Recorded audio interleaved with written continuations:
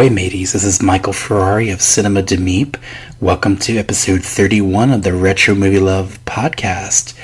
I'm back this time with another soundtrack podcast. I haven't done one in quite a while, and I've missed doing them, so here I am with you on this very warm and sticky night.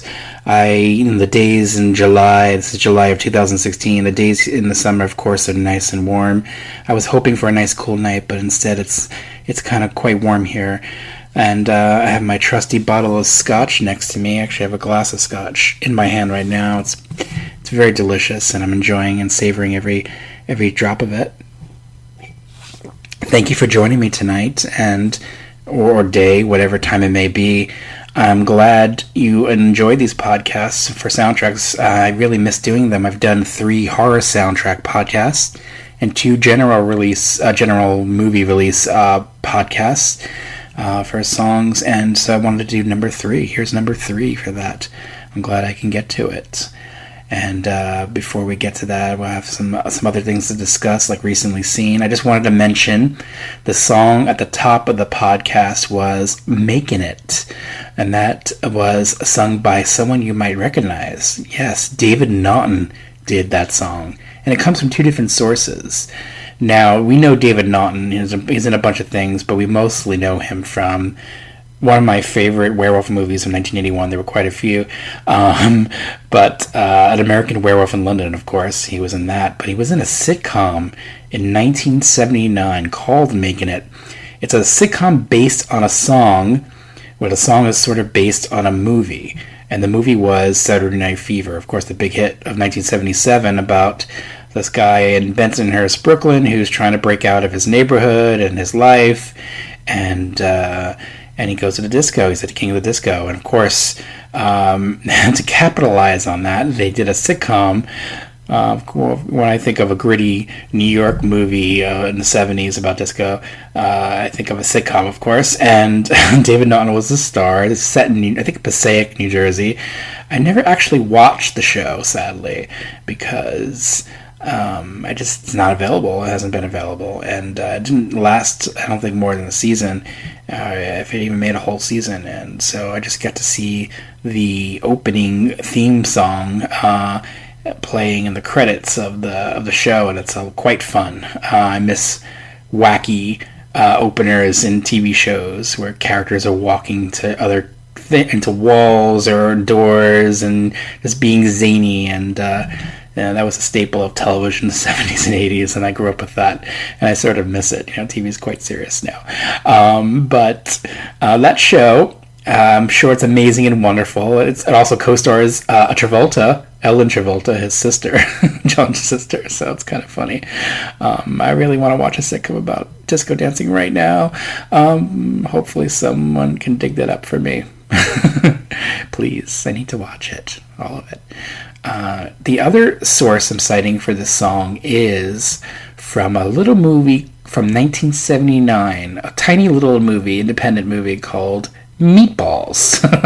I'm sure you guys know Meatballs. Yes, it was an independent movie. It was a Canadian production, and then it became a big hit, right? Released through Paramount. And everyone loves Bill Murray. He's a star of that, and it's a fun summer camp movie. Definitely, I would call it the godfather of summer camp movies. Now, there's some summer camp movies that I really enjoy, and maybe even a little slightly more than Meatballs, but you can't deny the glory and power that is the original Meatballs, and I love it. And that song is featured in the movie. It's on that film's soundtrack, which I own on vinyl, and I've always just been drawn to the song. I think it's fun, and I like a good disco song, so it really sets the mood that I'm in tonight, and I'm glad I could share that night with you, listeners, dear listeners. So let's get into what I've been watching recently. I don't have a co-host today to discuss this with, but I hope you can listen to me. Anyway, I don't have a co-host today, but I'll tell you what I've been watching lately. And Maggie's Plan is something I went to the theater quite recently to see, and that's the Greta Gerwig movie directed by Rebecca Miller. Now, this is a good little film, an independent film that it showed up on my radar because I kind of look out for these little movies because I tend to, I grew up with independent film. I mean, in the late 80s and 90s, there were a lot of good independent films, and so I'm kind of attuned to those kinds of films, when they get released, especially theatrically, I like to go see them and support them. And I thought this was quite a good little movie, and I really enjoyed it. I liked what it had to say. It dealt with some themes that I really enjoy. It was a comedy and a drama kind of mixed together. Greta Gerwig's in it, Ethan Hawke's in it, and Julianne Moore, all really good actors and doing a good job. Some of them actors playing not so great people. I would say Ethan Hawke, who's been capitalizing on that lately, playing kind of despicable characters. I wouldn't call them despicable because they're complicated, right? But he does kind of play a person like a certain intellectual type that I just. He's just kind of a person who puts himself before other people in his movies, like in Sinister and this, and I've a couple others recently, and he's good at playing that role. So Ethan Hawke is a good actor, and he's good at playing that particular role, and I like him in the movie. And Greta Gerwig's always good to watch. She's become the new like Parker Posey, I would say, who's in all these independent movies and kind of playing the lead who you like, though she doesn't have that edge that Parker Posey had in her movies, but I do like Greta Gerwig and what she brings to the table in her movies. And good little film. Moving on, I also saw a movie on Netflix called Life Partners, kind of a comedy, romantic comedy about two friends, and one's a lesbian, and kind of how their relationship affects each other. I thought it was a good film, another good little independent film worth checking out. Another film that had queer themes, Fourth Man Out, was recommended by my co-host Ben Schur, and I really enjoyed it. It's on Netflix. Charming movie, independent movie, shot, I believe, in upstate New York, and I really liked it. Worth checking out. And then I've been watching some reliables like 16 Candles and Adventures in Babysitting, because I can watch those anytime. I watched Adventures in Babysitting with my 1.5-year-old, and she seemed to really enjoy it, which is awesome. 16 Candles is always fun to watch. Checking out random movies on Netflix or one of those Hulu, one of those services. I watched a movie called Big Stone Gap, which I thought was decent. And on Golden Pond, I started watching that and fell asleep. So I saw that in the theater in 81, and I fell asleep then. So all these years later, it still makes me sleep. I'll never finish it. Always, the Steven Spielberg film from 1989, a movie that I went to go see theatrically, and I just didn't remember thinking it wasn't that great. I'm like, when I left the theater, I'm like, oh, well, that wasn't good. And I kind of still feel the same way all these years later. Just kind of ho-hum. It's like his reworking a remake of another movie, A Guy Named Joe, and something he was trying to do for a long time. I got to do with Richard Dreyfuss and Holly Hunter. Good actors are in it, and they try their best, but I think the movie just doesn't really spark for me at all. I just think it's like gorgeously, Steven Spielberg, all his films, gorgeously shot, well put together. He hires the best people, but sometimes, story doesn't click with you, and I just didn't think that story was worth, the budget and the effort. It just didn't work. I didn't think Holly Hunter and Richard Dreyfuss particularly had that great chemistry or were good. It's funny because they were in a movie 2 years later called Once Around, and I thought they were much better together in that movie. So it's weird how that works sometimes. John Goodman was pretty good at it. I revisited a movie called I Ought to Be in Pictures with Walter Matthau and Dinah Manoff, and that was pretty good. Although not as good as, I think I rented it on video in the 80s, and I remember liking it more then. So, but it was a decent watch. And then I went to see, I'm going back a little bit, Mike and Dave Need Wedding Dates. I thought that was silly fun. and had a lot of fun with that. Not a great movie, but a good time waster, good summer, mindless summer movie. And I thought it was fun. The Shallows was another movie I saw in theaters, and that was a perfect summer no-brainer, definitely no-brainer movie.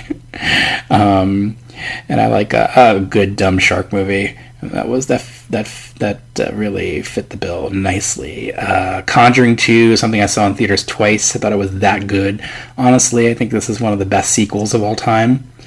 I just really love this film. I love everything in it. I think it's so well done. James Wan, just at the height of his craft, really constructs a good movie, and with characters you like and get behind, and just love that he takes chances with his movies too. It's a scary movie, but it's also a love story, and just love it. And anything else I see theatrically? No, I think that's about it theatrically. On Netflix, Hush. I caught up with Hush finally, finished that, and big disappointment in that one. My gosh. I was expecting to really enjoy it because it's kind of like a linear story of a woman in a house, and she's deaf, and it's like a psycho killer trying to get in and kill her. But the movie gets really tedious and stupid, and I don't know. I feel like the script could have been better. I feel like there could have been things. It could have been sharper. And now the movie, I think, is paying tribute to like John Carpenter and other things, but it didn't work for me at all. I mean, I feel like it just became so, like I said, tedious and not fun. I just wanted it to be over, and it was only an hour and a half, and it felt forever. Sad. And I think that director is possibly doing the new Halloween movie. I heard that through the internet grapevine, whatever that means anymore. I'm sure it'll change, or who knows. But if he does, hopefully he'll do some homework with Carpenter, because Carpenter, his films, they're like, Halloween is a pretty basic movie, but you don't sit there questioning its logic for 90 minutes. If you're sitting there questioning a movie's logic for the entire time, there's some problems in the screenplay. Maybe it just needs a better writer. Who knows? And then what? Wayne's World? I watch Wayne's World, of course. I watch Wayne's World a lot, at least once or twice a year or more. And I watch that with my kid, who loves it. My older boy is 4, and he loves Wayne's World, and he loves Bohemian Rhapsody, the song. And that scene in the car, he just kind of blew his mind, because he liked that song before he saw the movie, and then he saw the movie, and just kind of him and his little sister and me just kind of headbanging to it. It was kind of like a perfect moment, captured forever for me. I loved that moment, and loved watching it with him and her, and I had a good time. And then finally, it's been out for 4 seasons, and they're working on a 5th season, and I'm finally getting around to watching the show on Netflix. A little show called House of Cards that everyone raved about years ago, and I just never got around to watching it. I finally did, and I'm really enjoying it. I gotta say, I got hooked. Me and my wife have been kind of binge watching it. It's on 4 seasons now on Netflix, and we blew through the first 3 seasons pretty quickly. We're on season 4, and we know it's going to be over soon, and we're getting kind of bummed out about that. But there are new shows to watch, of course, and we'll get to those, and I'll talk hopefully about those on the next podcast, if I do get to watch a new show before I record the next podcast. But I'm really enjoying House of Cards. Kevin Spacey and Robin Wright are pretty great in it, I gotta say. Very complicated characters, and I went in walking into it knowing how Kevin Spacey is as an actor, and how he carries himself, and some of his choices in acting, and I kind of expected some of the Kevin Spaceyisms, if you will, but I didn't expect Robin Wright's character to be so complicated, and me sitting there always questioning, what are her motivations? What? I cannot read this woman. You can kind of figure out some things about Kevin Spacey's character, but the show kind of makes it kind of clear as you go along. But you really can't figure her out, and just really intrigued by it, and just wondering where things are going. And now that I'm in the 4th season, and I know they're filming a 5th season, so I'm just kind of hooked. and I'm just wondering where it's going. So, good show, really good show.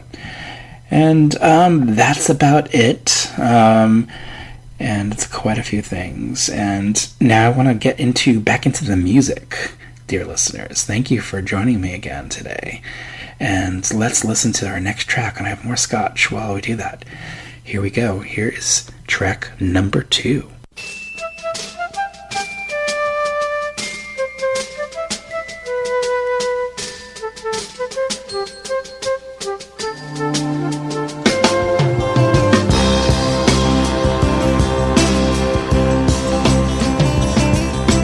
Listen, children, to a story that was written long ago about a kingdom on a mountain and the valley folk below.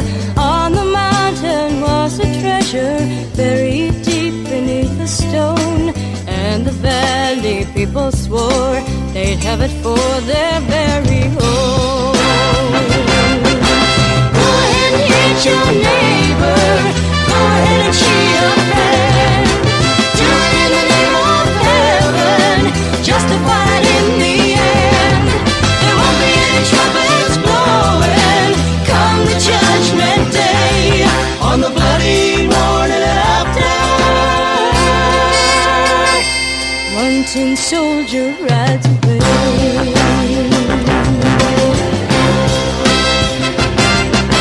So the people of the valley sent a message up the hill, asking for the buried treasure, tons of gold for which they kill. Came an answer from the kingdom, with our brothers we will share all the secrets of our mountain, all the riches buried there.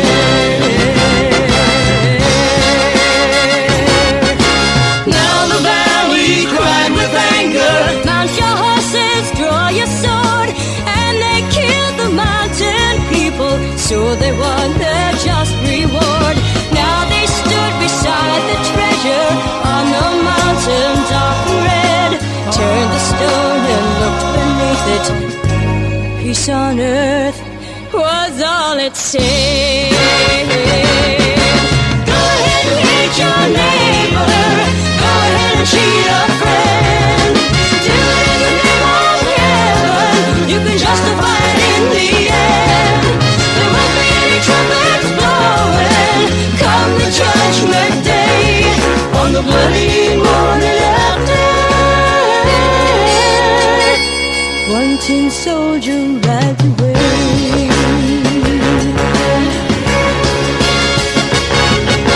Go ahead and hate your neighbor, go ahead and cheat a friend. Do it in the name of heaven, you can justify it in the end. There won't be any trumpets blowing come the judgment day, on the bloody morning after. One tin soldier rides away.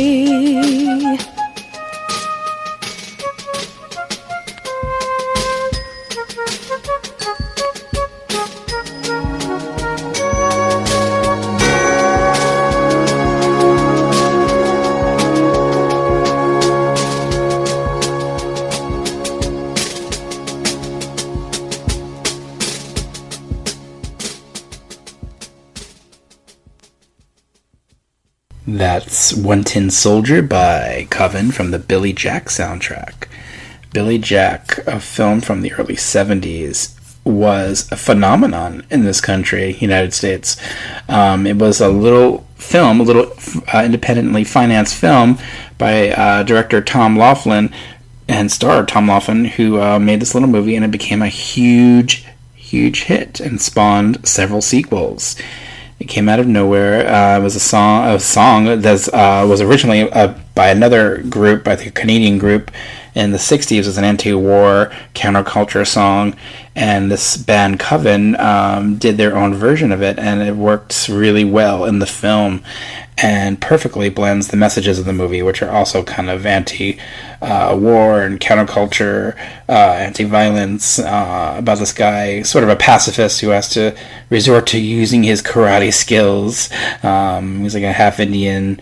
He's also Green Beret, ex-Green Beret, to protect these people, these Native Americans, from being harmed, and they're just trying to live and peacefully, and there's a school and this reservation, and they're just being messed with, and he has to use his special skills to fight off the bad dudes, and a lot of great action in the movie, and really well done too, like style that was very unique for the time, and I really enjoyed the film, and I like some of the sequels. Not all of them are great, but really well done. And the director is a star, like I said. He also wrote the films, I believe, and just very unique films for the time period.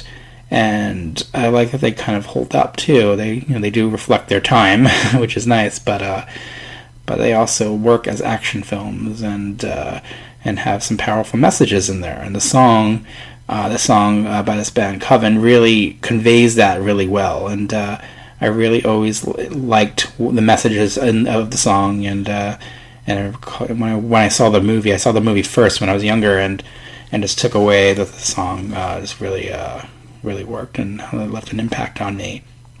And sadly, the director passed away a couple of years ago. He was someone who kind of was up against Hollywood often in his life, and he didn't want to give in to pressure to churn out whatever.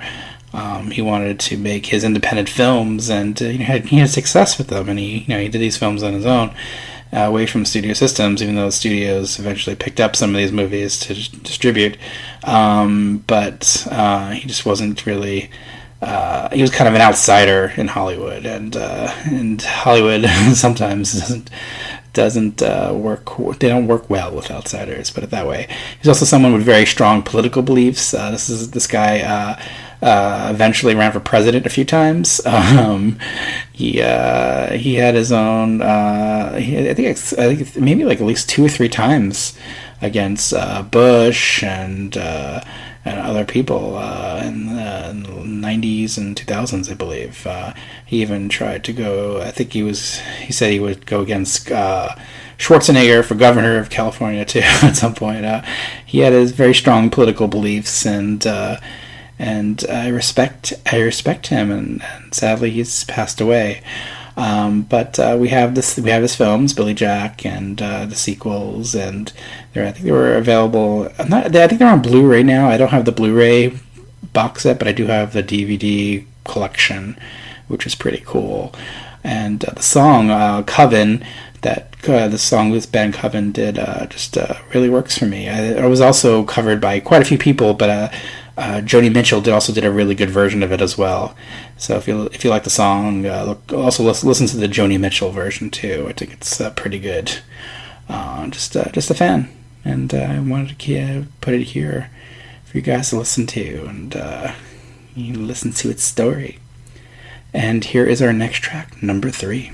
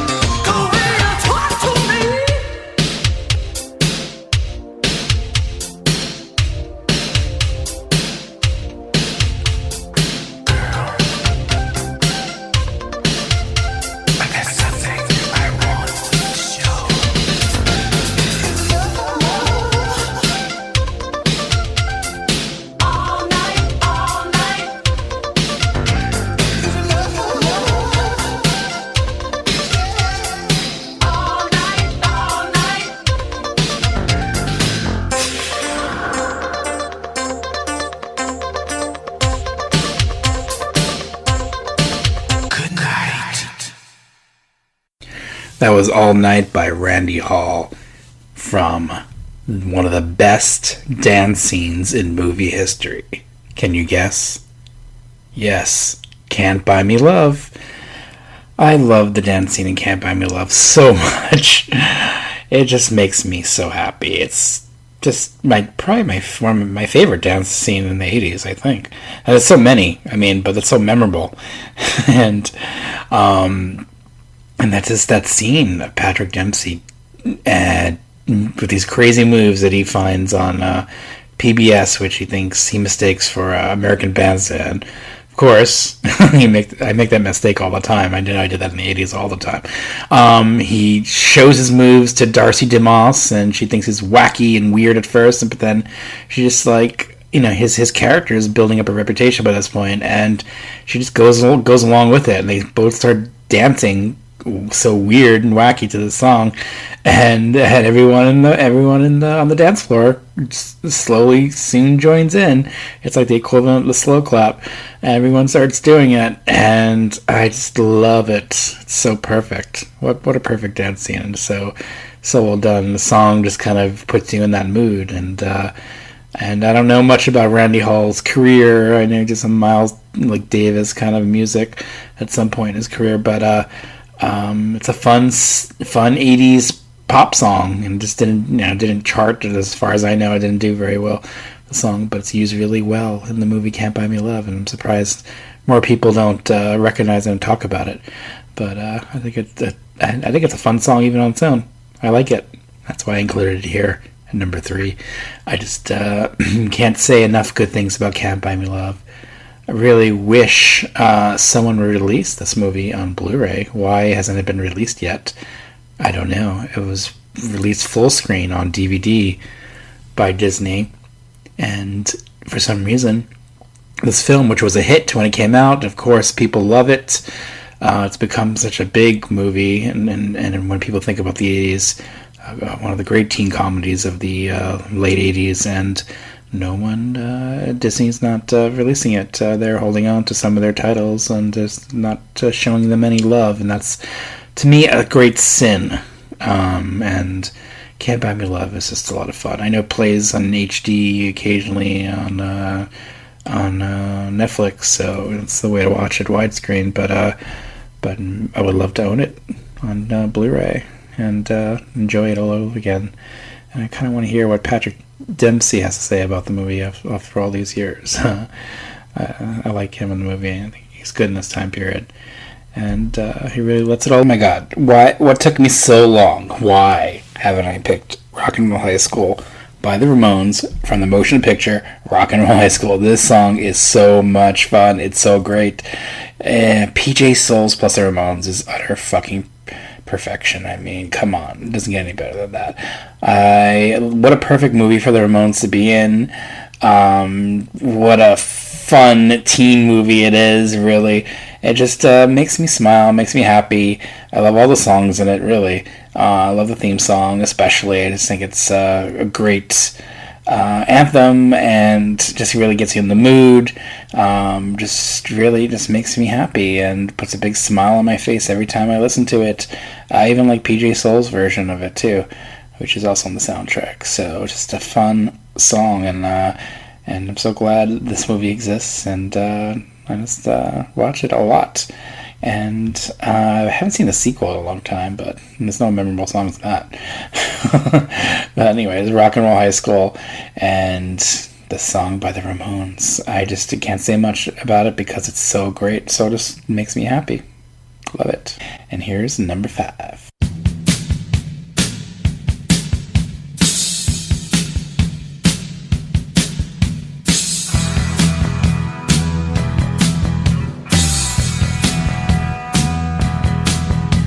Marina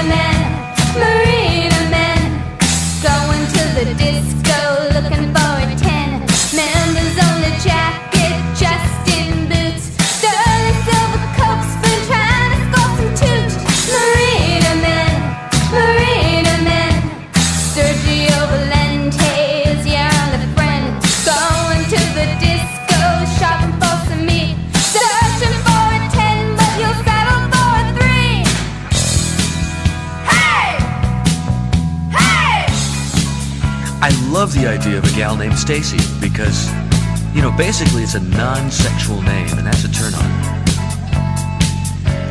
Oh yeah, I got a movie deal happening, did I tell you? Took Bert and Dudley to lunch at the Polo Lounge last week. Crazy scene. I slipped Marco a few, we sat in back. No, that is not my Gremlin, as a matter of fact. I'm borrowing it while my Porsche is in the shop. Klaus goes away on vacation every year about this time. Crazy, crazy dude. Hey, I got an idea. What do you think? Go to the condo and snort some flake? Okay. Hey, have you heard the new Frampton? I'm telling you, the cat is back. He is back, babe. Hey, has anybody ever told you you look exactly like Meep Ferrari? No, really? No, I know she's blonde, but I mean, basically. See him walking down the street, from down the block he shouts, "Hey, Val's wanna party down? No thanks, ooh, gross me out." Aquabelle the geeks.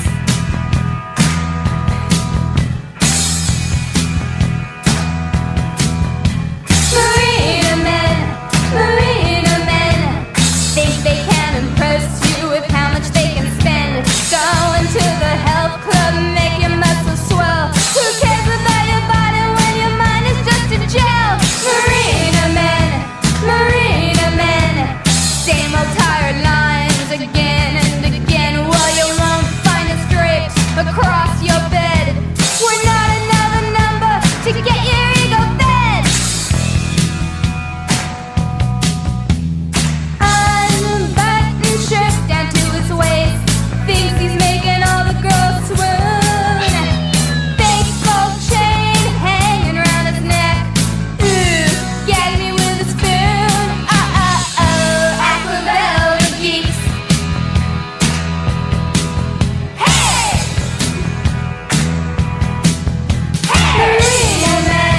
Marina men, Sergio Valente is your only friend. Going to the disco, shopping for some meat, searching for a 10, but you'll settle for a 3.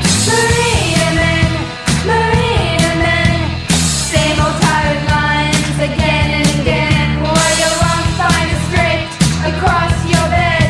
We're not another number to get your ego fed. Marina men. Yeah, I read Cardin is going to come out with a cologne.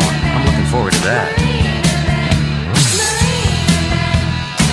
You know what my biorhythm said today, babe? It's a great day for health You're and sex. disgusting. Let's have some healthy sex. What do you say?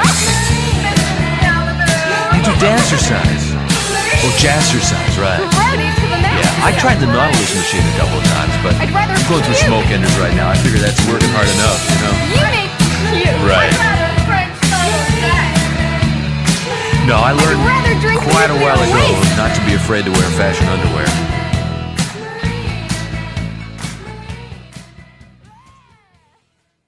I have an idea.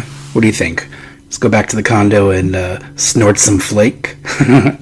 That was Marina Men by Valley Girls. And of course, that's from the Valley Girls soundtrack. I have to have a Valley Girl song on each of these soundtrack podcasts. And airplanes over my head as well. And I just love the song. It just makes me smile. Again, another song that makes me smile wild. It's kind of, I guess you can almost consider it like a novelty song, especially, it's very much of its time.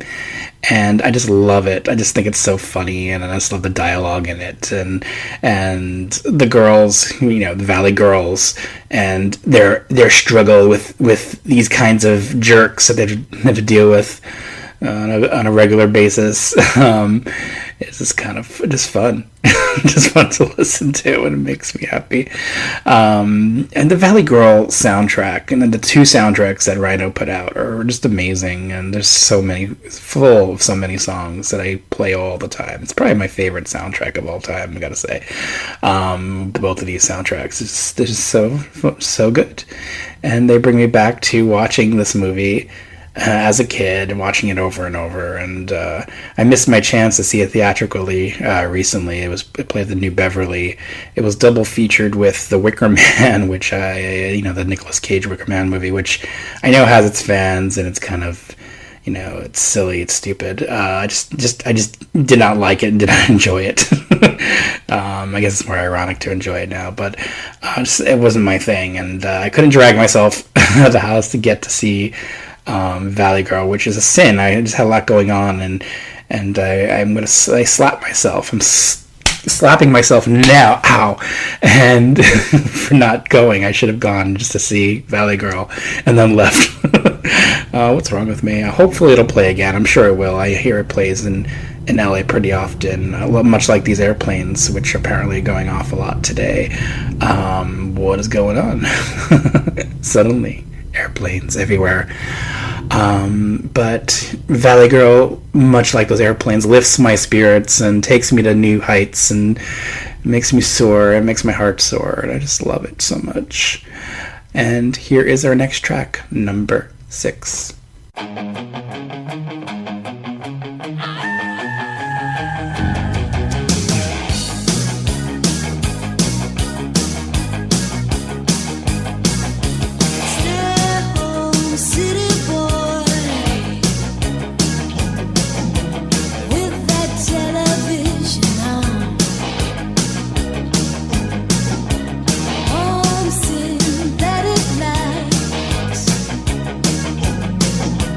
Keep your mind off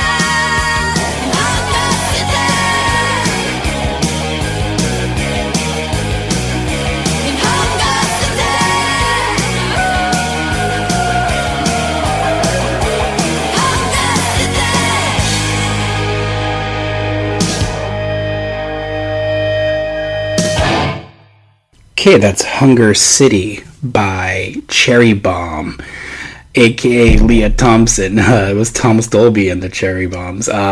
From Howard the Duck. So I'm moving from a movie that I love to a movie that I don't love so much.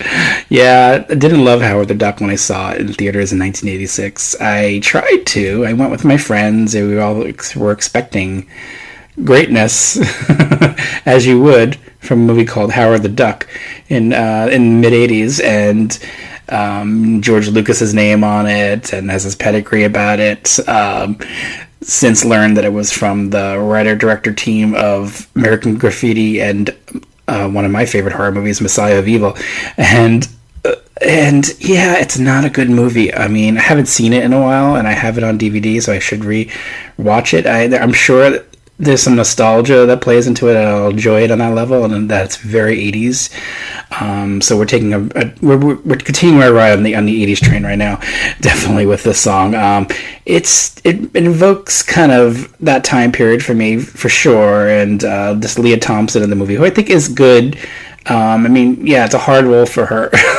She's opposite a duck as a romantic interest, maybe, and just kind of, I can't imagine performing in that movie and just with a straight face. It's hard role to pull off, but she does the music in the movie. She sings her songs herself. I read somewhere that producers didn't think she could do it and were ready to replace her voice with someone else's, but she held her own, and I think she does a good job. She sounds very 80s, and she does a good job as this singer, this lead singer for this band, Cherry Bomb. And yeah, I haven't watched the movie, again, like I said, in a long time, but I think it's due for reevaluation 30 years later. My God, it's 30 years since 1986. Scary, right? And just see if it holds up. And I mean, it doesn't hold up because I didn't like it then. See if I enjoy it now more than I did back then. It's very possible. Jeffrey Jones, I remember being pretty silly and over the top in it. Much like he was in Ferris Bueller's Day Off, but he was pretty good in Ferris Bueller's Day Off. I remember Tim Robbins being in it, and Leah Thompson. That's all I remember really about Howard the Duck, and that it had. Even back then, I remembered how it had so many special effects, and the special effects kind of bombarded the movie and just kind of took over the movie and kind of took you out of it and just enjoy it as much. I'm sure it has its fans now and its cult audience, and I need to see what you guys are seeing and Howard the Duck are not seeing. But back in that time period, the 80s, there were movies like this, like Bombs like this, and like Leonard Part 6 that my friends and I went to go see and just hated. But you never know, you might enjoy them again all these years. And let's move on to our next track. Here we go.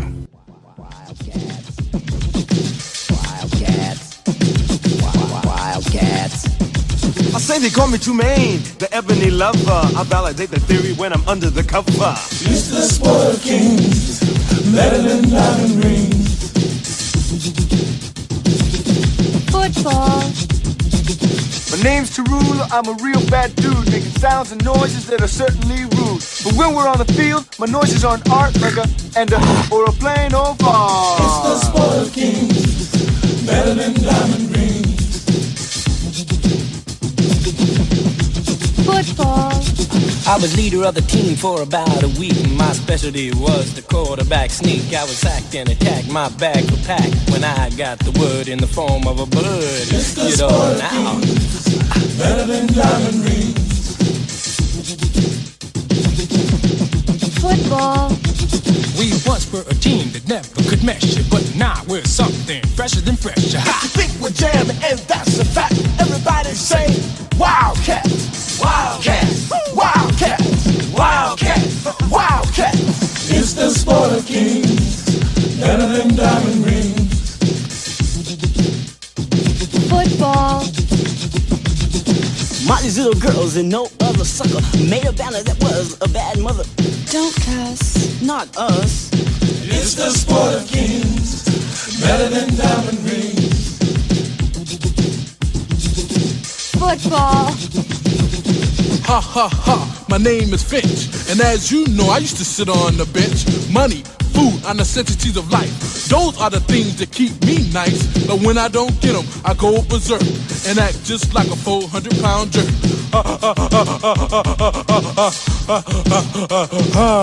Beat this out as soon as you can. We're just kicking it around, my man. It's the sport of kings, better than diamond rings. Football, Wildcat, football, Wildcat, football, Wildcat, football, Wildcat, football, Wildcat, football, Wildcat, football, Wildcat, football, Wildcat, football, Wildcat, football.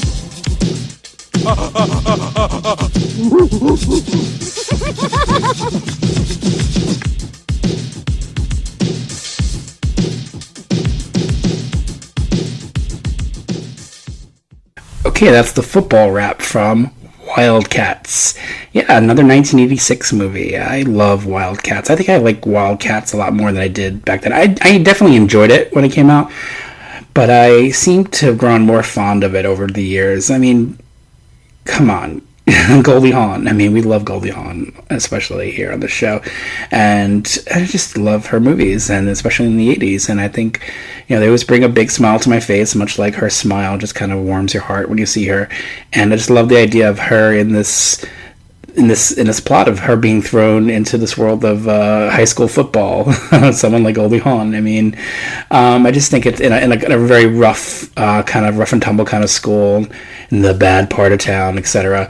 I just love that this movie just explores that and mines it for all its comic gold, but also remains kind of very heartwarming and really kind of pays attention to its characters.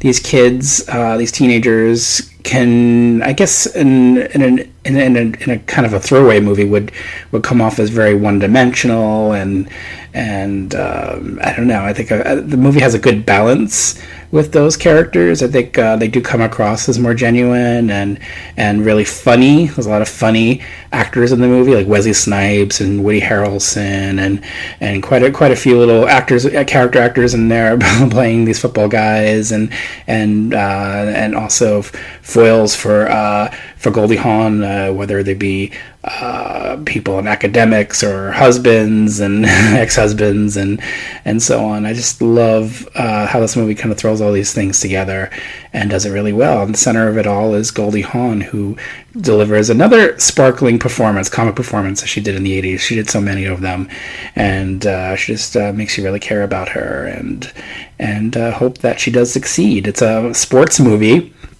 so it comes with all those sports movie cliches that I enjoy. I like a good sports movie. I mean, I feel like sports movies have changed a bit over the years, in the last 10, 15 years. I think Disney kind of maybe made them a bit more dramatic with movies like Remembering the Titans and so on. But I kind of liked when they were more comedies. Sports comedy, I feel like, there's a lost art to it. It's missing on screen these days. It's not enough of them.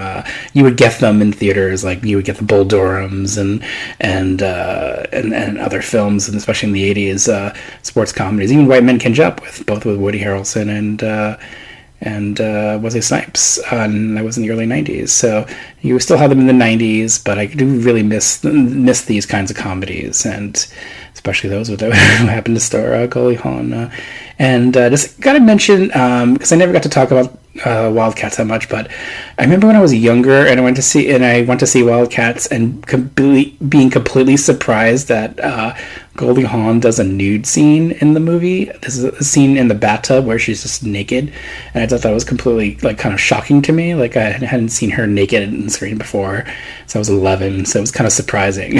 And also, I guess in hindsight, it kind of seems like, why is she naked? She doesn't really have to be naked in the movie, but I just like that she was just willing to, go the extra mile for her roles, and it's a scene where she's not really being exploited. Just like she's in the bathtub, and she's naked. You're naked in the bathtub. It's just kind of how it goes.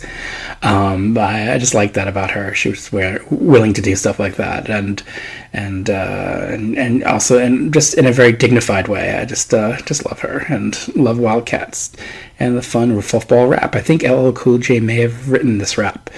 and I think it's really fun. I like singing it in the car. My wife loves this movie too, so we like singing it, and my kids are starting to get into it too. So fun. And let's move on to our next track. Here it is.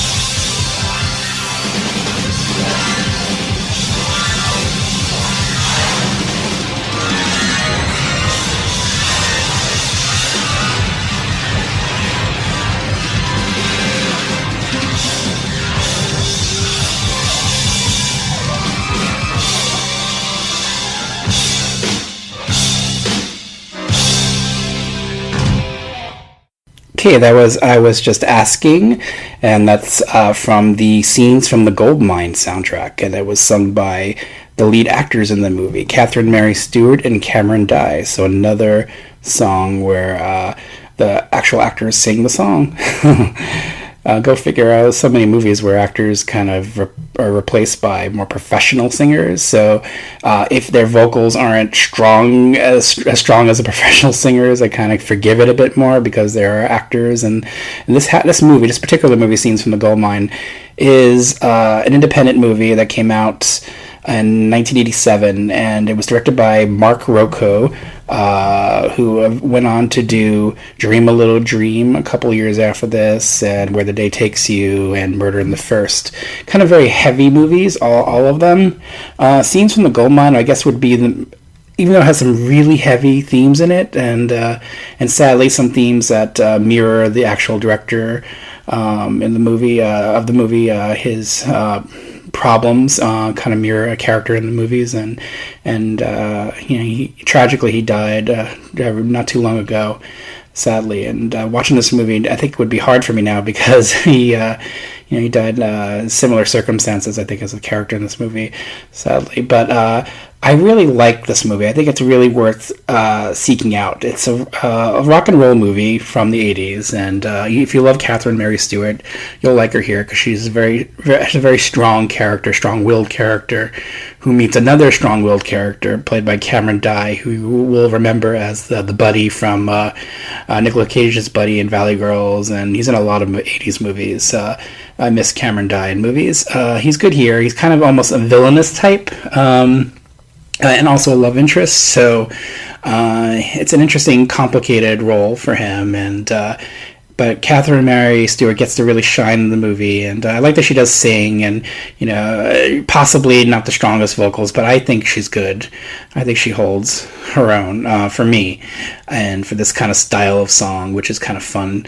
Very fun 80s kind of rock, pop rock, just kind of, that kind of music that probably didn't really survive the decade all that much. But I do remember it from my youth, and I still enjoy that kind of music from time to time. And the songs in the movie are well placed, and they do a good job of moving the story along, and a good, like a good rock and roll movie. And there were quite a few of them that kind of went under the radar, like this one, and another movie called Thunder Alley from the mid '80s that Cannon produced. And I just kind of like those rock and roll '80s movies. And hopefully this one will be rediscovered, especially if you like those actors. I think if you're genre fans, you definitely like Catherine Mary Stewart, so maybe worth seeking out for that. But I like the songs. There's quite a few songs in the movie, and they're all kind of catchy to me, and I enjoy them. I just kind of had to place it here. A little obscurity for you guys. Hope you enjoyed it. And we're going to move on to our next track, which I believe is number 9.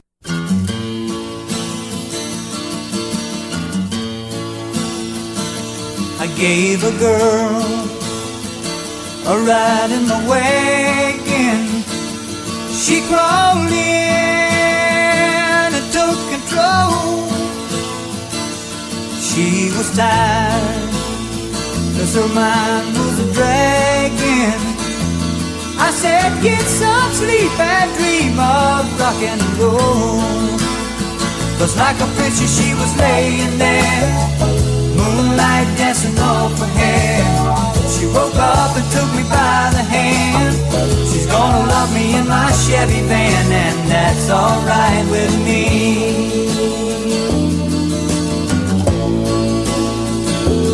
Her young face was like that of an angel. Her long legs were tan and brown. Better keep your eyes on the road, son.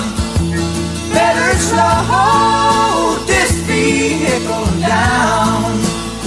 'Cause like a princess she was laying there, moonlight dancing off her hair. She woke up and took me by the hand. She's gonna love me in my Chevy van, and that's alright with me.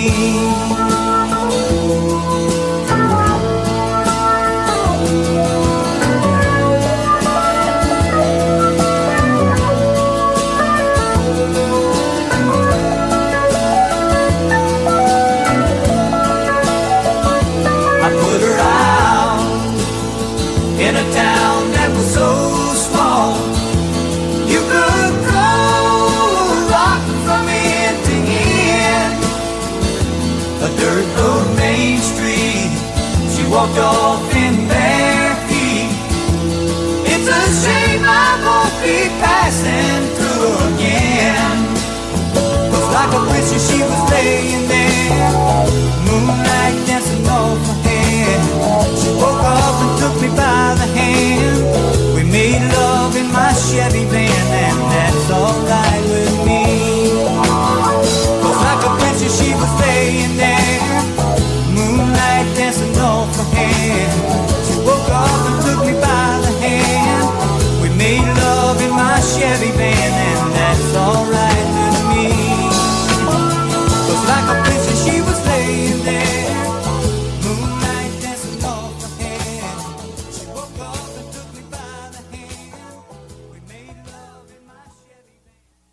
Okay, that's Chevy Van by Sammy Johns, and this was kind of a hit song in the 70s, or I think around 1973.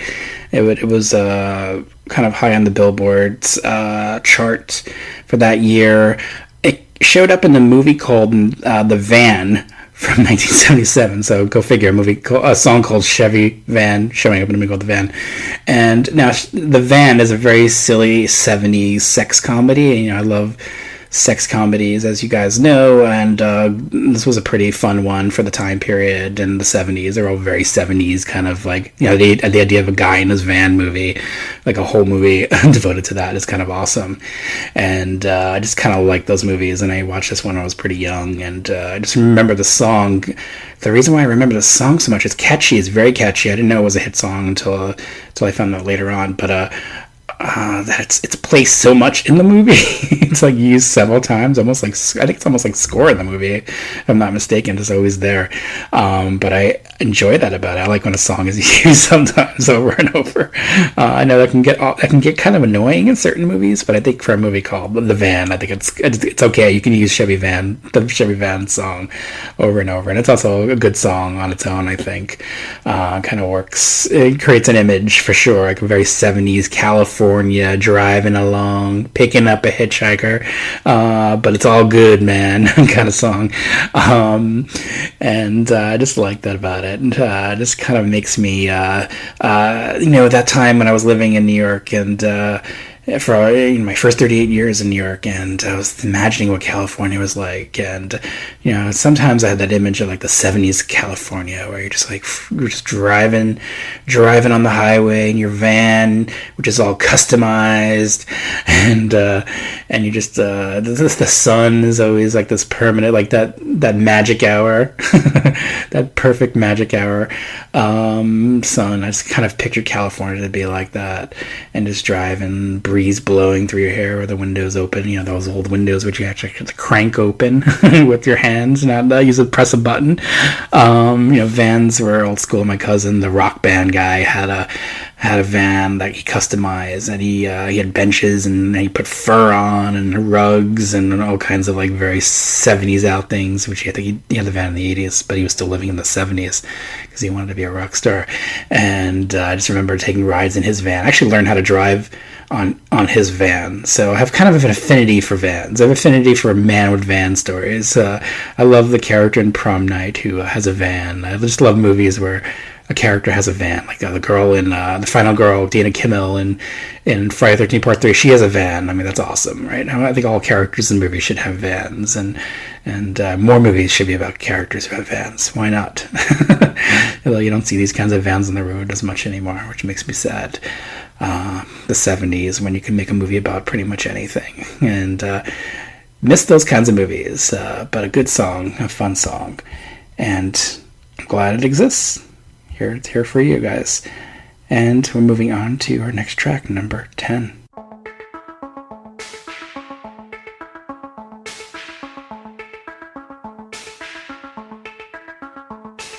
Looking from a window above, it's like a story of love. Can you hear me? Came back only yesterday. I'm moving farther away. Want you near me? All I needed was the love you gave. All I needed for another day, and all I ever knew, only you. Sometimes when I think of her name, when it's only a game, and I need you. Listen to the words that you say, it's getting harder to stay. When I see you, all I needed was the love you gave. All I needed for another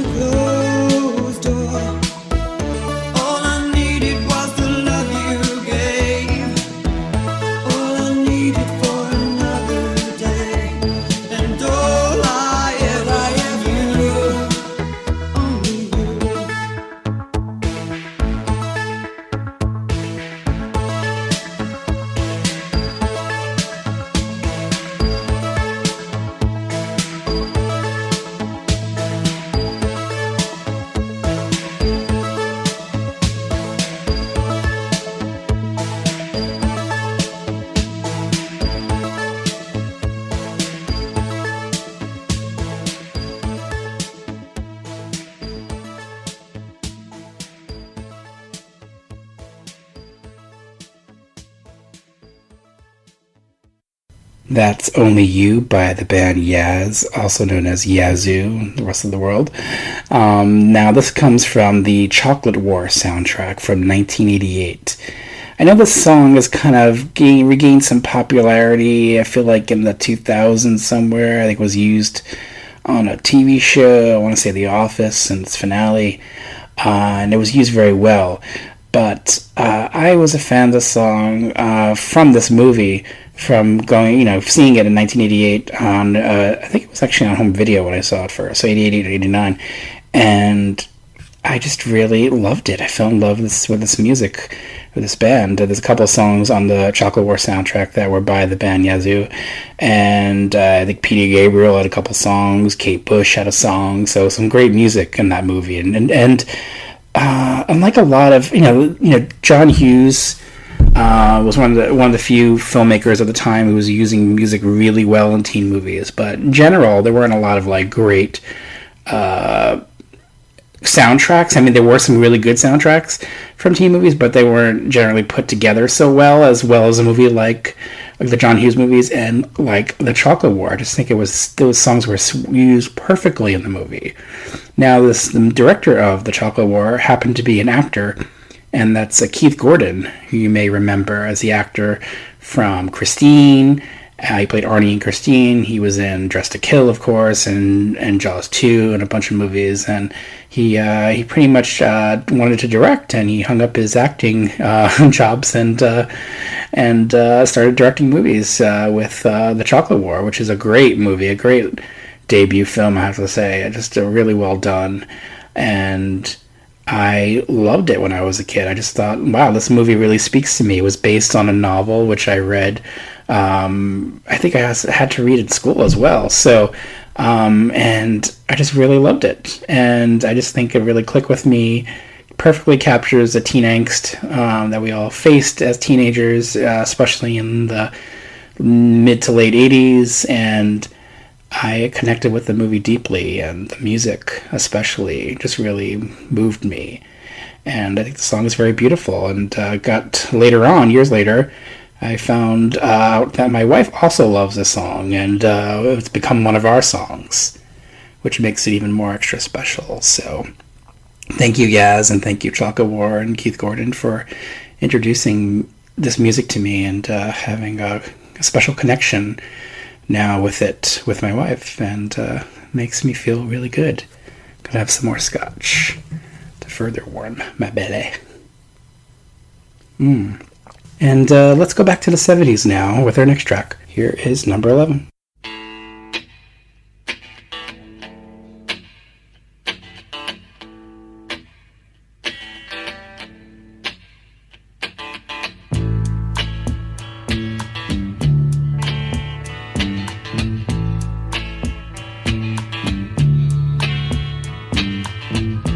When I look out my window,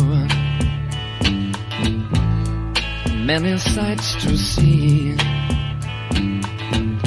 And when I look in my window, so many different people to be, that it's strange, so strange. You got to pick up every stitch. You got to pick up every stitch. You got to pick up every stitch. Must be the season of the witch. Must be the season of the witch, yeah. Must be the season of the witch.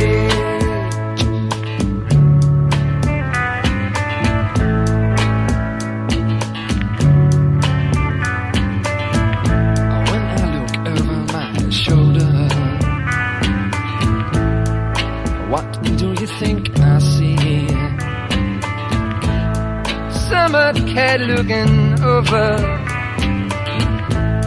his shoulder at me, and he's strange, sure is strange. You got to pick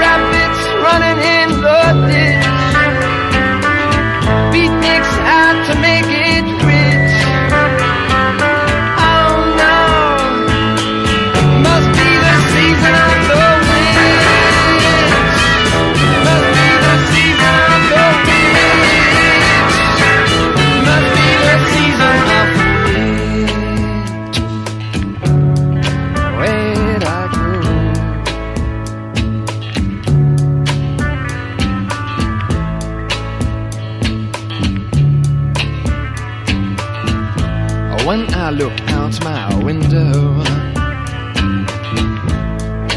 What do you think I see? And when I look in my window, so many different people to be. It's strange, sure is strange. You got to pick up every stitch. You got to pick up every stitch. The rabbits running in the ditch.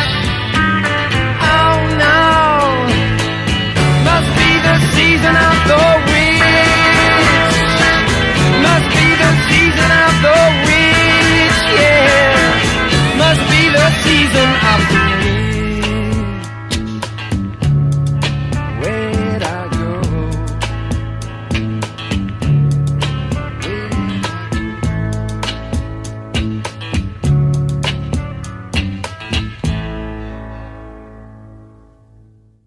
Okay, technically that's a song from the 60s, but I know it best from a movie called Season of the Witch.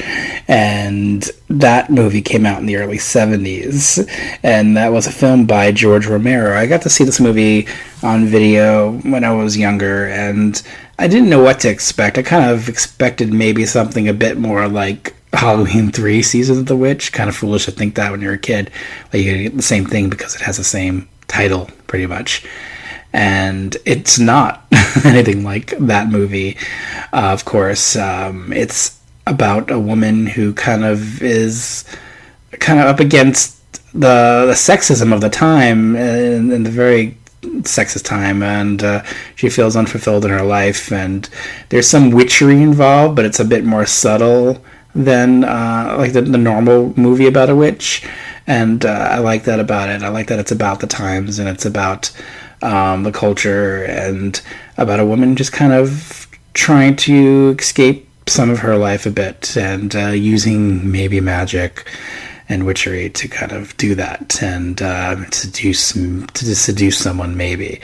And so it's a kind of a weird, complicated movie for a kid to watch, but I kind of dug it. And what's in the middle of this movie is a song by Donovan. I didn't really know Donovan until I saw this movie in the song, and I just thought it was a really cool song where she's just kind of shopping around, window shopping, and this kind of song just kicks in on the soundtrack, and like, what is this song? And I really enjoyed it, and then I would I seeked out I remember going to the record store and searching for Donovan records, and just listening to some of those, and enjoying Donovan and finding out more about him as a singer, and I really liked him, and I still do. I actually still really like Donovan.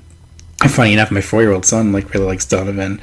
Not so much this song in particular. He hasn't really listened to the song as much, but there's a couple of Donovan songs that he really loves, which makes me happy.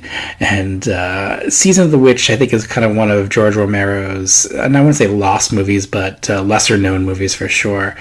And it's not horror really. There's some themes that I guess you would think you could put under the horror genre, but it's really this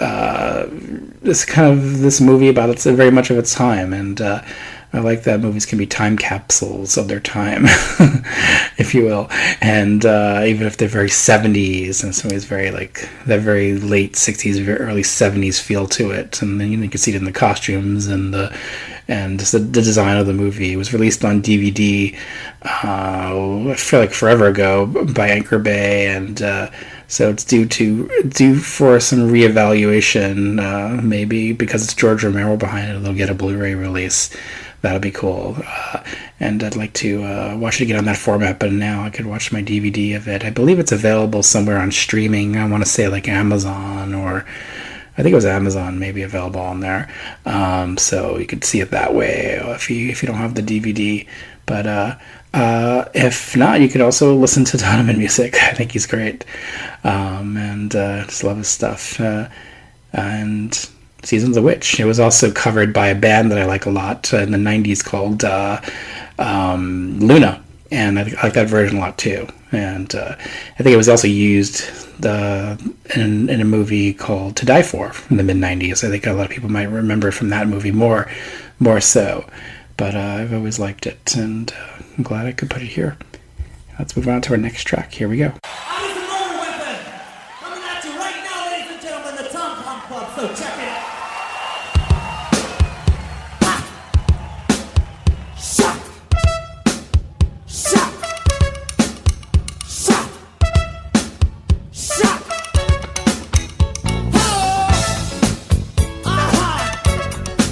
Check it out!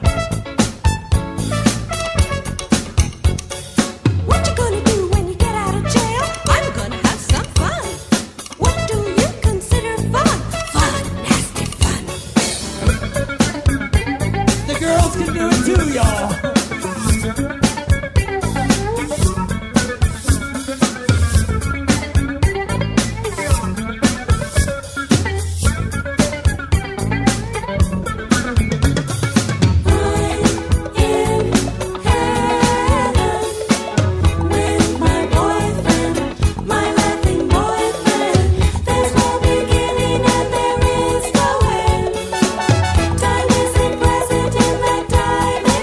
Sure ain't.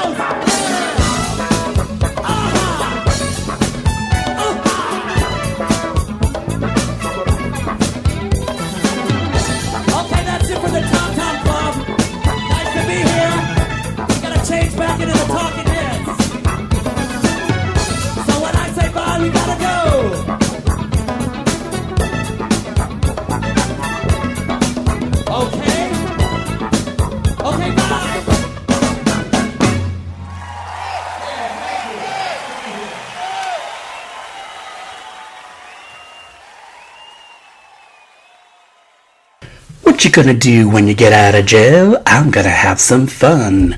What do you consider fun? Fun, nasty fun. I love this song.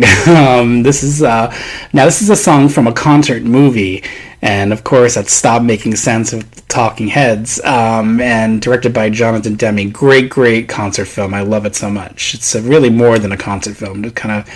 It's just great to look at, and the music is wonderful. And in the middle of this movie, there is this performance by the Tom Tom Club, which is this band within the Talking Heads. A couple of the members, and they had their own band, and then they utilize a lot of the musicians from this concert movie, and who performed on this concert and this tour, and it's just a wonderful song. I just love it. It's so catchy, so much fun, and really puts a big smile on my face again. Lots of songs that put smiles on my face today, and I have listened to it so goddamn much lately, and I'm still not tired of it. My kid's really into the song. He just loves the song, and he was like really into Wordy Rapping Hood by the Tom Tom Club, and then he discovered this song and he's like obsessed with it, and so he like asked me to play the song, play Genius of Love in the car all the time, and I play it, and you know what, I'm not fucking tired of it, even though I play it so goddamn much. I just one of those songs I can never tire of, and just because maybe it's fun to listen to. The words and the lyrics are just fun to listen to, and I think I remember watching a documentary, or not a documentary, interviews about the making of the song, and pretty much she made the song up like over like a day or so when she was forced to Tina Weymouth, part of the Talking Heads and Tom Tom Club. She just kind of like, she's like not a singer, and she just kind of like made it up. and it worked out really well, because I think the words are really fun. Sometimes when you get art students becoming a band, leads to great things like the Talking Heads and Tom Tom Club. And sadly, the Talking Heads didn't really last as a band. Not going to put any blame on anyone, David Byrne, but they were wonderful, and this concert movie is perfect. It's like the best concert movie ever. I gotta say, Jonathan Demme like brilliantly puts it together, and just makes it exciting to watch, and visually exciting to watch. And this performance in the movie is really, really fun, and I love it. And it's going to go on to our next track, which is number 13, Lucky 13. What will it be?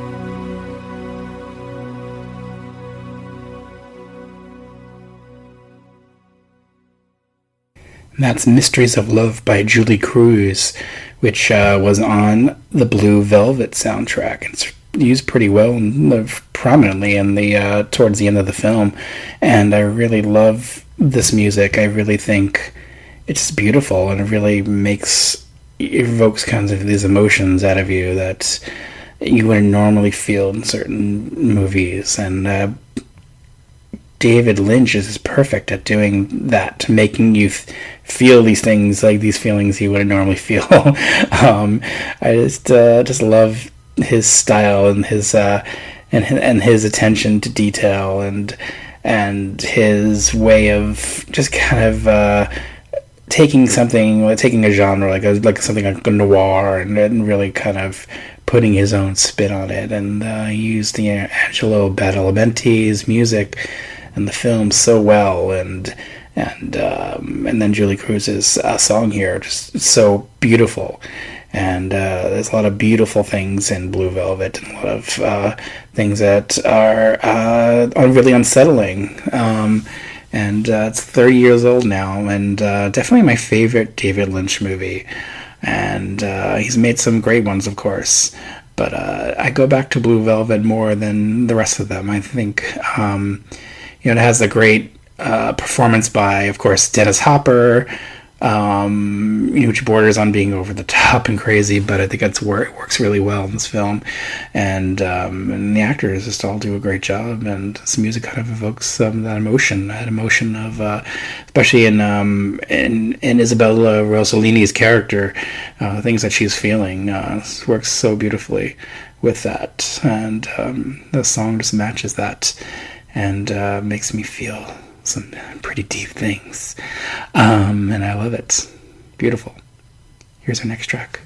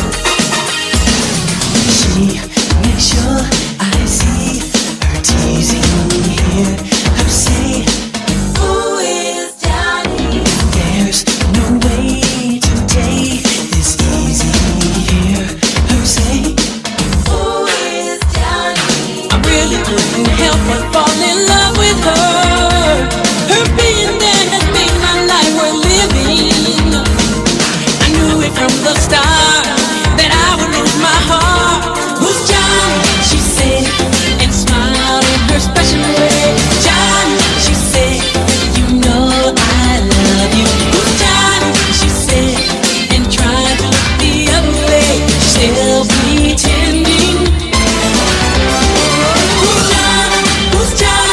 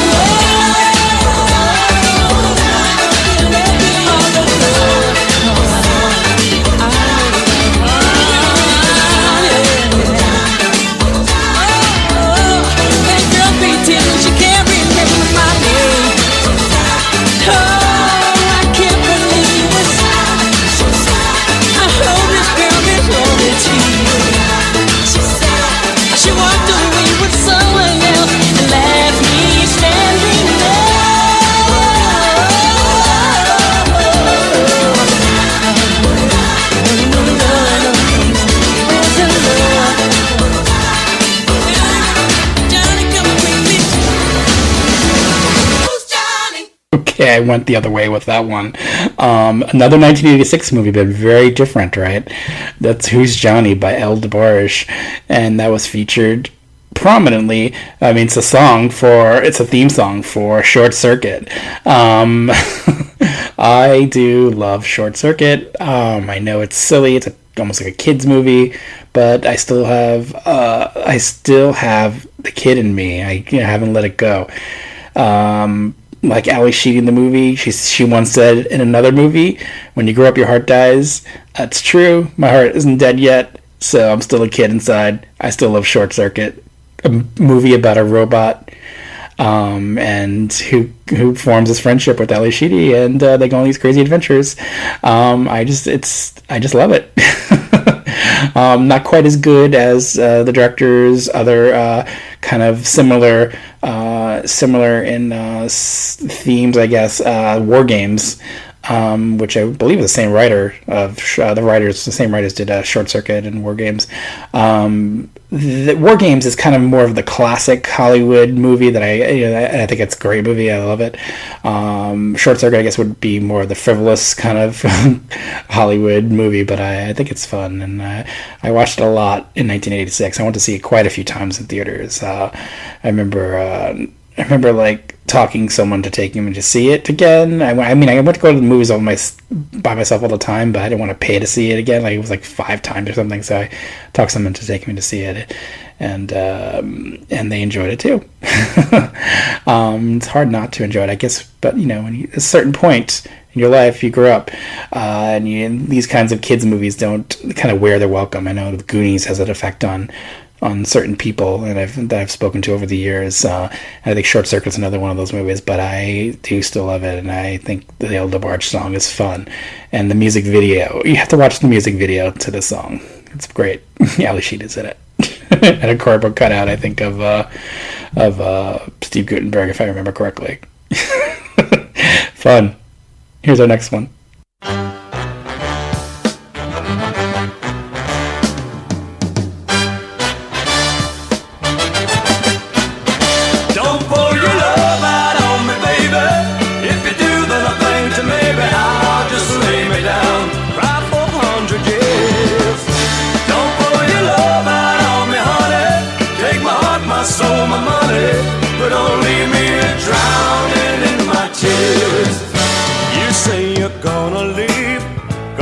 That big white bird, gonna fly right out of here without a single word.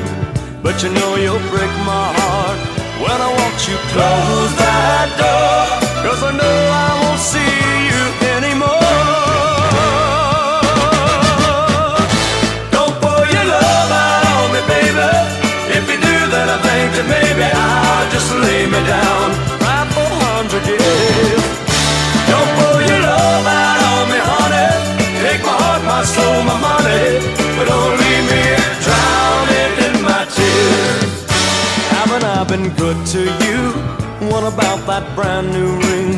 Doesn't that mean love to you? Doesn't that mean anything? If I threw away my pride and I got down on my knees, would you make me beg you pretty please? Don't pour your love out on me, baby. If you do, then I think that maybe I'll just lay me down right for 100 years. Don't pour your love out on me, honey. Take my heart, my soul, my money, but don't leave me drowning in my tears. There's so much I wanna do. I've got love enough for two, but I'll never use a girl if I don't have you. Don't pour your love out on me, baby. If you do, then I think that maybe I'll just lay me down right for 100 years. Don't pour your love out on me, honey. Take my heart, my soul, my money, but don't leave me drowning in my tears. Don't pour your love out on me, baby. If you do, then I think that maybe I'll just lay me down right for 100 years. Don't pour your love out on me, baby. If you do, then I think that maybe I'll just lay me down right for 100 years. All right, that's Don't Pull Your Love by Hamilton Joe Frank and Reynolds, I believe that's their name, the band. And this song was in a movie. It was in the background of a movie, I believe, When Harry Met Sally from 1989. And I just, I don't remember it that much from that movie. I just always loved the song, so I had to put it here. It's from the 70s. It originally came out in the early 70s. I think it was kind of a hit song, but and used in When Harry Met Sally. But my excuse is to put it here because I think it's a great song. I think it's really catchy, and I feel like I'm always like singing the lyrics to it after it's over when it plays. So it just kind of like sticks in my head, and it's one of those songs that kind of sticks with you, and kind of short and sweet, and I really enjoy it. I don't know much about the band Hamilton, Joe Frank, and Reynolds, but do they have other hits? Probably, but this is the song that I know them by, and I enjoy this song, and it makes me happy again, and I'm glad I could put it here in the soundtrack for ya. So a mix today of 80s and 70s, I would say. Definitely a mix of those. It's kind of might be jarring for you. Don't know, but I love 80s and I love 70s. So this kind of reflects that today. We're going to go back into 80s land really soon. Here's our next one.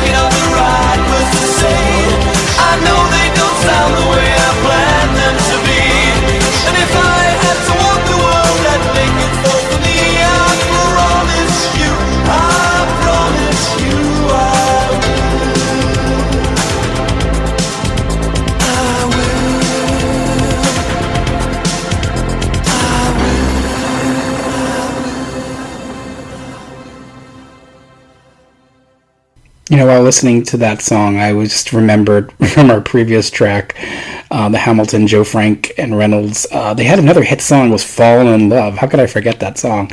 It just occurred to me. Fallen in Love. It was a big hit. I think it was their number one hit for them. Bigger song than Don't Pull Your Love. But this song, The Promise, is from a band called When in Rome.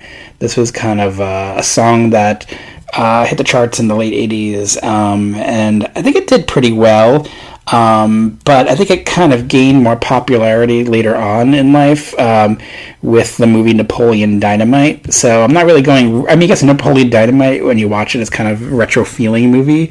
It's not an 80s movie, of course. I don't think it's set in the 80s, but I think it wants to capture that vibe, and I think it does a really good job of that. And I know the Napoleon Dynamite as a movie kind of divides people. People love it or hate it. They don't seem to get it or don't care to. And I understand that. And when I went to see Napoleon Dynamite in theaters, it was in an empty movie theater. So no one was... This is when it first came out, and it was an empty movie theater, but I loved it. I just the song, when the song cues up toward the end of the movie, I'm like, oh, it's The Promise. I haven't heard that song in a long time, and it just kind of totally reminded me of the late 80s. And when a song came to my attention, and when I recently looked up the music video for this song, it's so late 80s feeling. It's so I think I posted it on Facebook, with the music video link on YouTube and titled it When in Denim, because it is so... It's when you watch it, it's just like watching just a denim commercial of the late 80s. And I think it's perfect for that alone. I just enjoy watching it on that level. It's like watching acid wash jeans, and when it was cool and when you were popular to have holes in your jeans, and that was the thing to do, and the bigger the hole, the better. So just I remember looking at some comments on the video. I'm like, wow, I think I saw his balls when the holes in the jeans. I think that's kind of funny. I remember back then, kids we did wear those jeans, and some of us, those holes were in tragic places. It was just kind of a funny time for fashion. It was a terrible time for fashion in a way. I would think even the early 90s especially, late 80s, early 90s, lots of neon, lots of denim. Some kids, the cooler kids, definitely knew how to dress. I wasn't one of those kids. I was a bad dresser. I tried my best. I know in high school, I think it was early 90s, I tried to create trends. And I think one year I successfully did create a trend of wearing scarves in school. I don't know why I was being that guy, but I did. I wore scarves in school, and other kids started doing that too. So that was my mark in my high school career, wearing a fashion trendy scarf. But yeah, watching this music video kind of brings it all back to me. The floodgates were open, and just so I urge you guys to check out the When in Rome Promise music video to remind you of that time period. If you weren't around for that time period, if you want to get a better understanding of how warped our minds were because of that time period, you watch those music videos of that time period, and you'll know what we were all about then. And cry as you might, but I love the song, really. It's a great song, and it's another song that stays with me after it's over. It's kind of I sing it in my head, and I love it. Here's our next track.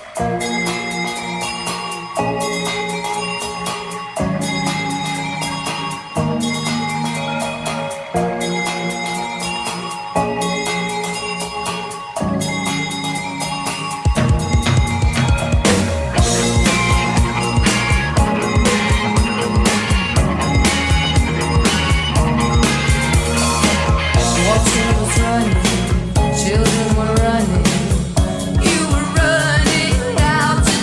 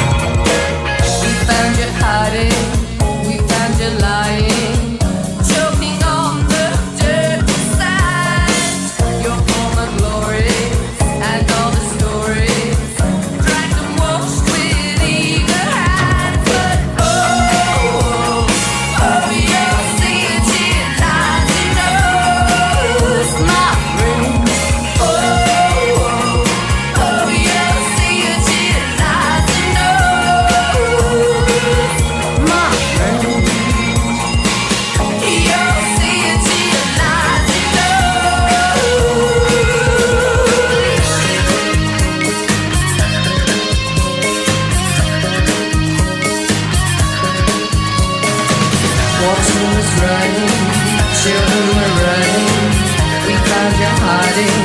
We found you lying. Water was running. Children were running. We found you hiding. We found you lying. Your city lies in us. Oh, oh, your city lies in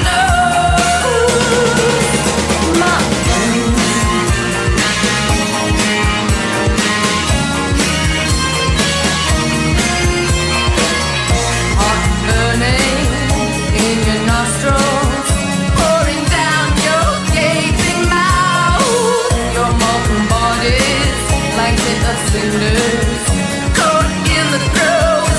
And whoa, oh, your city lies in us.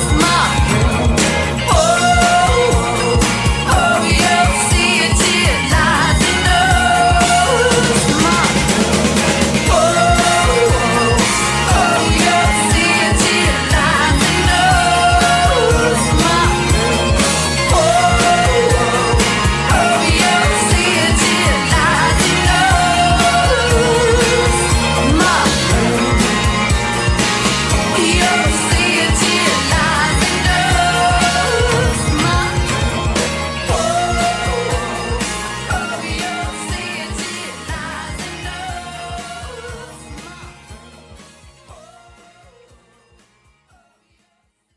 Okay, that's Cities in Dust by Susie and the Banshees, and that comes from the Out of Bounds soundtrack. Yes, another film from 1986. This has become the 1986 soundtrack podcast in a way, mixed with some 70s hits.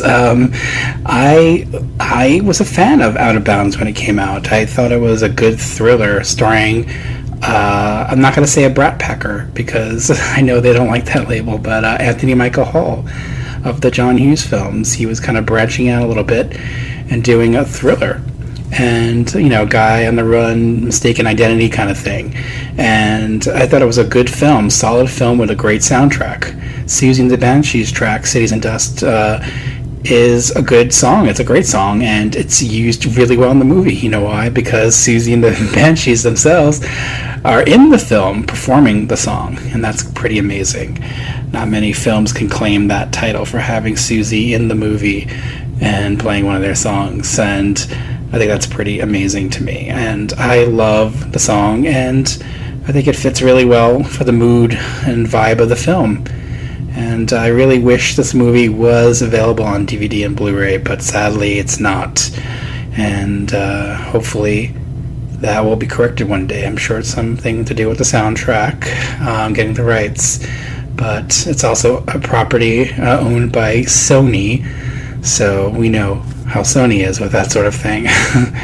So hopefully someone can get their act together to get the rights to it and release it on Blu-ray. I'm sure there are a lot of Out of Bounds fans out there waiting, clamoring for this movie to be released on Blu-ray. I know I'm one of them. I still have my VHS tape, which I've owned for a very long time now, and I'm not no rush to give it up. I want, although I will gladly trade it in or give it up if a Blu-ray comes out and looking great, and hopefully with some extras. I would like to hear what Anthony Michael Hall has to say about the film after all these years. To me, it's one of his better films of the era. Of course, all the John Hughes stuff is great, but he didn't have a great career past this movie for a few years. A little bit of a stumble there, and then he got a little bit back on track with Edward Scissorhands playing a villain. That was a good casting for him, and then his career dwindled a little bit, but I popped up in some good roles here and there.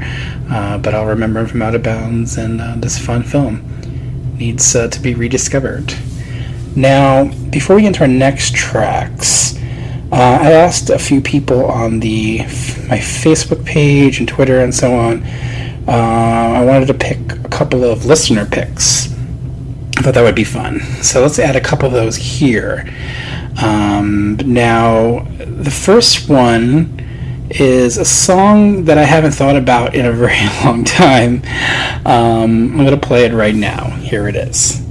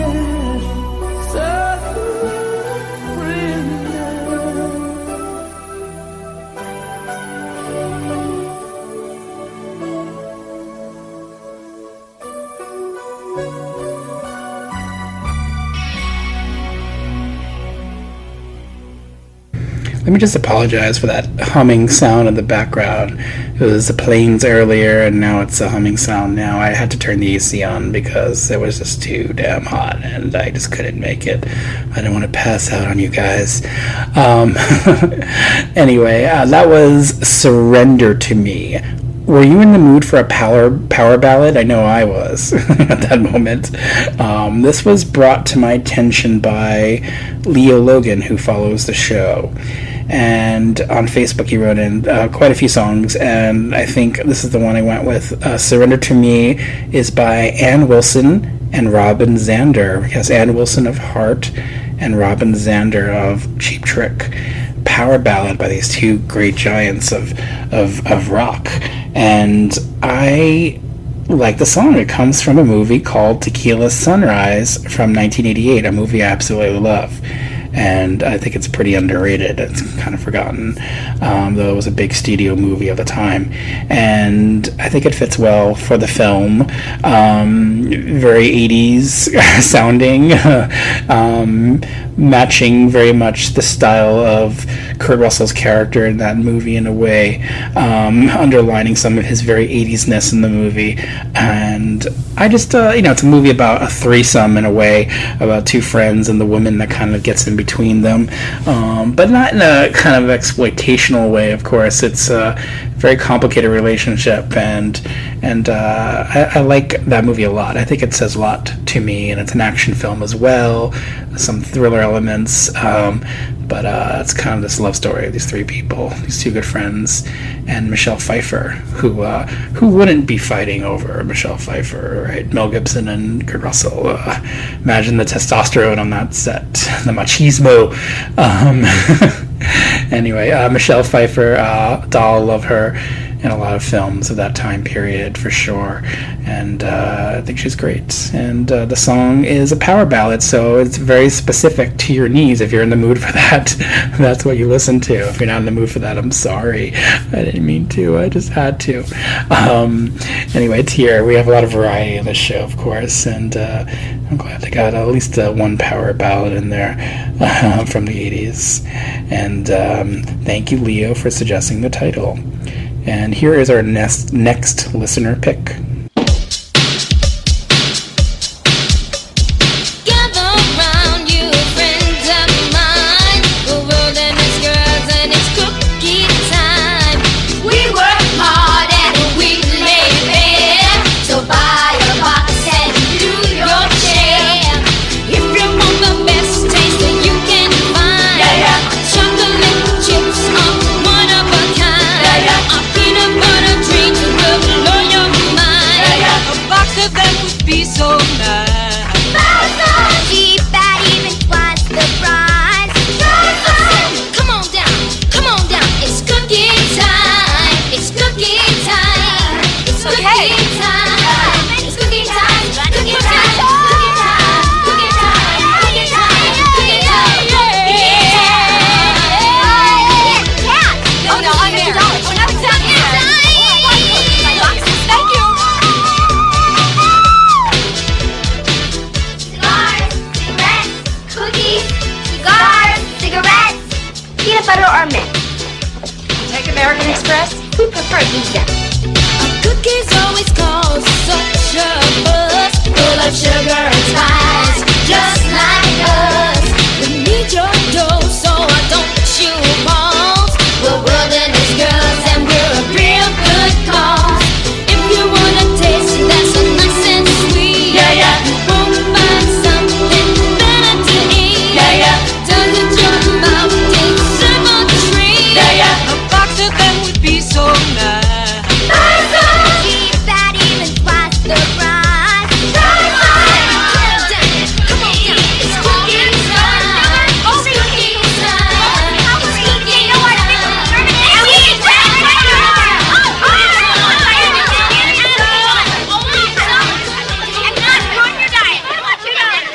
Okay, that's Cookie Time by the Wilderness Girls, the cast of True Beverly Hills. I had to throw in this song from True Beverly Hills. I can't believe I hadn't thought of putting a song from True Beverly Hills in these podcasts until now. Now this request doesn't come from one specific person, because several people wrote in to songs from True Beverly Hills. I went with this song because it keeps very much in the spirit of the movie, as the kids in the movie perform the song, and it's that fun 80s vibe of doing something for a cause, and it's just saving something, in this case trying to become this troupe and gain some attention for it, and to show that these girls can hold their own and can be taken seriously by other people, especially outside of Beverly Hills. Only in the late 80s would you have like the people of Beverly Hills, the rich people of Beverly Hills being the heroes. But I think it works perfectly for the context of this movie, and I think it's so adorable. I love this movie. I think it's a lot of fun. It gets a lot of replay value in my house, and I am ecstatic that it's on Blu-ray. And I've watched it a few times since it's been on Blu-ray. So go figure. This movie would have all this replay value, like these many years later. It's like what, 26, 7 years old. I don't know. It's been that long. It makes me feel really old.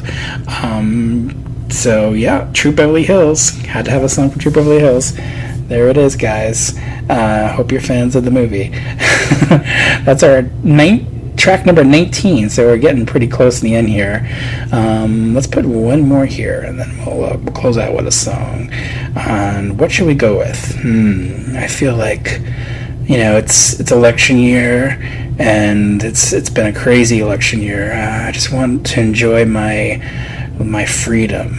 Let's do a little Sweet Freedom. God, Sweet Freedom. Just makes me want to be on a boat with the wind blowing in my hair while I'm drinking a pina colada and just enjoying the sun shining down on me, my hair blowing in the wind, and just enjoying the hell out of a drink, much like the characters in this movie that this song is from.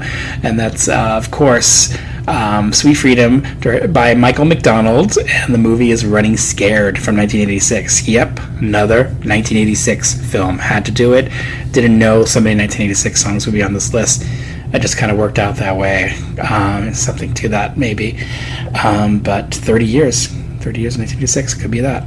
Feeling very nostalgic tonight. And just, it's funny about this movie. I saw it as a double feature with Friday the 13th Part 6, Jason Lives.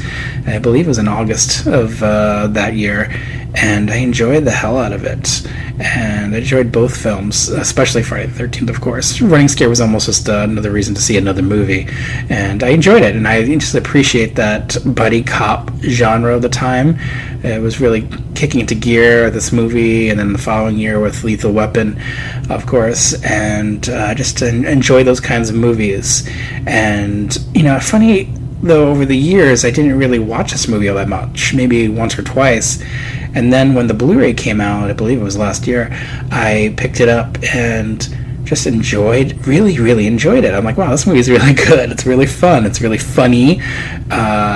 Billy Crystal is actually pretty funny in the movie, and so it has zany antics in it, but it also has some gritty action stuff in it, and it's pretty violent at times, and so I get to have that too. I get to have comedy, I get to have action, all those things that kind of fulfill your entertainment value for a movie of the time period, especially, and I get to watch that one more, and I'm pretty sure I'll be watching this movie more often now. And you have this song by Michael McDonald, which comes from this film, and it's just a lot of fun. And just I normally am not somebody who's into Michael McDonald. For a long time, I didn't like Michael McDonald. I'm like, why would I like Michael McDonald? I'm getting older. Who knows what's going on with me and my taste? But I think it's a fun. I like his voice is very unique. He was in the Doobie Brothers, Steely Dan for a while, and not really familiar with that kind of music because I kind of grew up with different kind of music. But I do appreciate the song and a couple of his other songs. that I've since listened to after listening to this song, and the music video, which I've become more aware of over the years with the internet and YouTube, and you have Gregory Hines and Billy Crystal in the music video, which is always fun when actors in the film show up in in a music video, much like Ali Sheedy in the Short Circuit music video, Who's Johnny, and I love when that happens. You get a little bit more of the movie. It's like a little bit more of the movie for you, like on MTV or wherever you watch the music video, so you get a little experience that. Like I remember being excited that there were Goonies music videos with Cyndi Lauper, and going over my aunt's house to watch those in the 80s. And now my kid's, of course, into that, those music videos, which are on the DVD and Blu-ray. So he gets to watch those often, and he seems to be really into them. And now, as an old man, I get to watch music videos like this from movies of the 80s, and just enjoy the heck out of it. Thank you for listening, guys. Wow, it's been fun just revisiting these movies from the 80s and the 70s, and just talking about them for a little while with you, and it's been fun. I'm going to drink a little more scotch, of course, finish up my drink. Delicious. Thank you so much for letting me share some scotch, break some bread with you, and listen to some fun tunes. And we'll be back again for a new episode, I'm sure, really soon. Ben and I have one planned, so it'll be coming up pretty quickly, I'm sure. And look out for that one. You can find me at Cinema de Meep on Facebook page, on my Facebook page there. You could, Retro Movie Love Podcast also has a Facebook page. We're on Twitter. Stalk us on Facebook if you want. You can email me, meep@cinemademeep.com, and just reach out and give us your feedback. Rate us on iTunes. Review us if you want. The more people who review and rate us on iTunes, the more the show gets listened to. Even if it's just a few of you out there, a handful of you out there who listen, and I know there's a handful of you out there who are loyal listeners, and I want to thank each and every one of you guys for listening. It just makes me so happy to do this and to talk about movies. And this is something that kind of comes. It's been a big part of my life to talk about movies and to watch movies, of course, and just being able to share that with just a few out there who actually get where I'm coming from, and just kind of feel the love, and I feel your love and you're feeling, and it makes me so warm and happy. So let's play out with a song that's actually not in any movies. Now, I wanted to do this because I feel like the song is perfect for a movie. It's a 70s song. It's by a band called the Grassroots, who have had actually a few songs in movies, but no one's ever used this song in a movie, strangely. And if I ever do a movie, I would love to put the song in a movie. It kind of evokes a lot of feeling in me, and it really makes me happy. So let's do this song by the Grassroots. Here it is. Thank you guys again. Love you.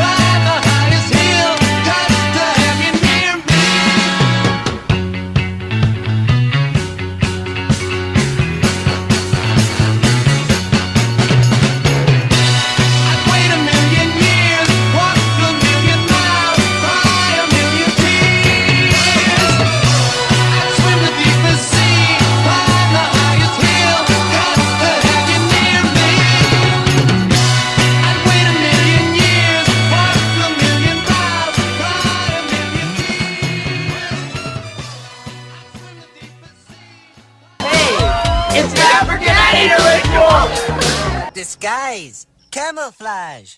Hi. Number 5! You got away? Yep. You can't stay here, they'll find you. Stephanie, change color. Attractive. Nice software. What is your name? Kate Rambeau. And who are you? I'm Riff Randall, rock and roller. Oh, bitchin', is this in 3D? No, but your face is. I'm like, I hate 3D. Gives me a headache. It's not in 3D.